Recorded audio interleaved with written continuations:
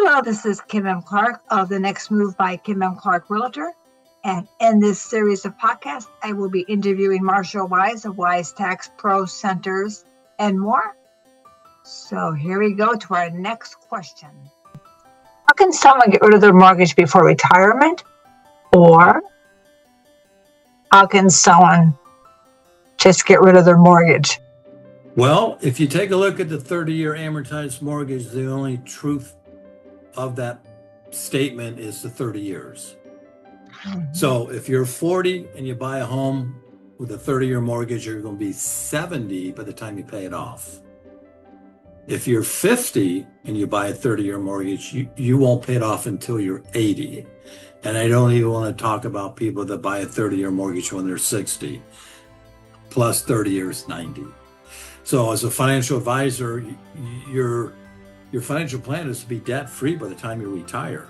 That could be 65, that could be 70, maybe in today's longevity might be 72, 75. But 30 years is a long time.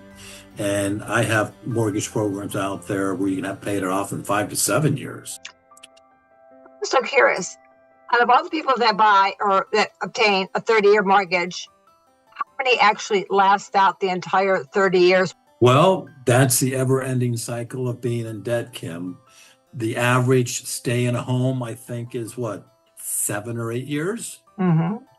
And so they buy a home, they live in it for 7 or 8 years, and they either upsize or downsize, or they move because their job requires them to move.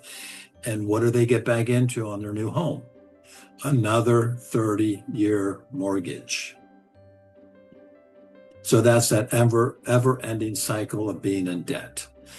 I sure hope you enjoy this podcast with Marshall Wise and Marshall Wise Tax Pro Centers and more, who is making home ownership affordable again.